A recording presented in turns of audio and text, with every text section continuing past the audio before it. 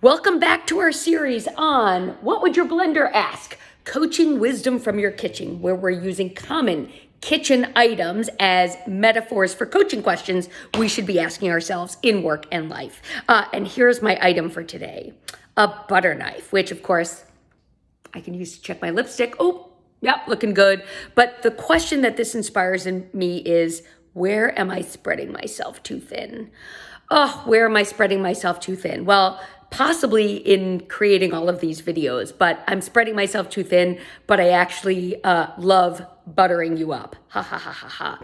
But as I think about where I'm spreading myself too thin, probably in making social plans. I go for weeks and weeks without seeing other people, without seeing other friends, and then I make a whole bunch of plans at once, and I get excited about it, and then I realize, hold on, I actually need breaks between people so that I can gather myself. So that's a place where I might be spreading myself too thin. How about you? Stay tuned for the whole series.